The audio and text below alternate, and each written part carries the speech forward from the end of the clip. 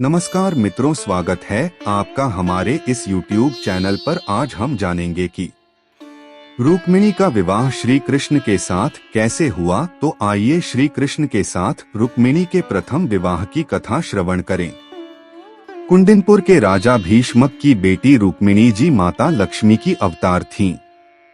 उनका जन्म भी श्री कृष्ण की पत्नी बनने के लिए ही हुआ था, लेकिन उनके भाई रुक्मी ने उनका विवाह शिशुपाल से तय कर दिया। तो रुक्मिणी जी ने भगवान को संदेशा भेजा कि अगर लेने नहीं आए तो मैं अपना शरीर नष्ट कर लूंगी।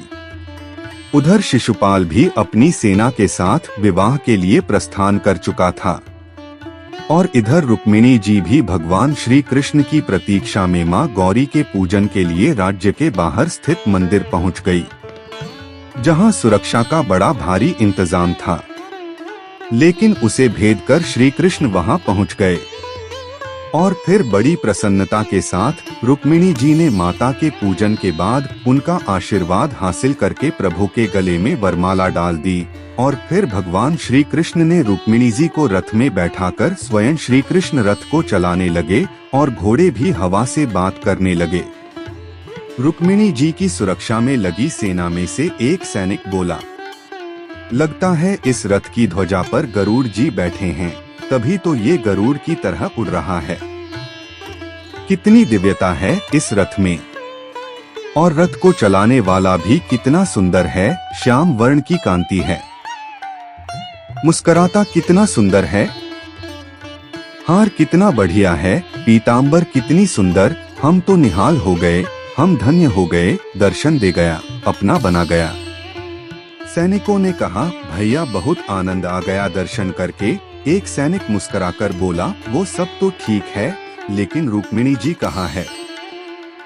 बोले, रुक्मिणी जी भीतर मंदिर में बैठी है, पूजा कर रही हैं। मंदिर में देखा तो रुक्मिणी जी नहीं है। अरे भाई, रुक्मिणी जी कहाँ है? मुझे क्या मालूम कहाँ है। अब तो एक सैनिक दूसरे सैनिक से पूछ रहा है, रुक्मिणी जी कहाँ है? मुझे क्या मालूम कहाँ है। एक सैनिक मुस्कुराकर बोला, मैं बताऊं कहाँ है। रुक्मिणी जी। सभी बोले, हाँ बताऊं। बोला, बोले तो गया। एक सैनिक ने कहा, हम 10,000 सैनिकों के बीच से रुक्मिणी जी को ले गया, तुमने रोका क्यों नहीं?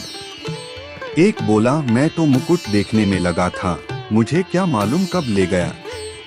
अब एक दूसरे को आपस में बोल रहे हैं, तुमने क्यों नहीं रोका, तुमने क्यों नहीं रोका। कोई कहता है मैं पीतांबर देखने में लगा था, तो कोई कहता है मैं तो मुखारविंद देखने में लगा था।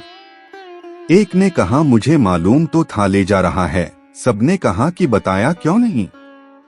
उसने कहा, मैंने देखा उन दोनों की जोड़ी ठीक जमी है, पहले ले जाने दो, बाद में ही बताऊंगा। तो इस तरीके से भगवान ने सबको भ्रमित कर दिया। रुक्मिणी जी के बड़े भाई रुक्मी आए, रुक्मिणी को वहां नहीं देखकर सैनिकों से पूछा, रुक्मिणी कहाँ गई? सैनिकों ने कहा, महाराज वो सावला सलौना आया और ले गया। तो रुक्मी बोला, तुम 10,000 सैनिकों के बीच में से कैसे ले गया? सैनिक बोले, एक बार तो हम उसे मारने दौड़े थे, पर वो हंस गया, और हंसने के बाद क्या हुआ ये तो जाने के बाद ही पता चला। और फिर इसके बाद रुक्मी ने श्री कृष्ण का पीछा किया, तो भगवान ने उसको पकड़कर आधी दाढ़ी और आधी मूंछ मुंड दी। रुक्मिणी जी ने कहा, प्रभु बस अब मेरे भाई को मारना नहीं, प्रभु इसको जीवन दान दे दो। और फिर भगवान ने रुक्मी को छोड़ दिया।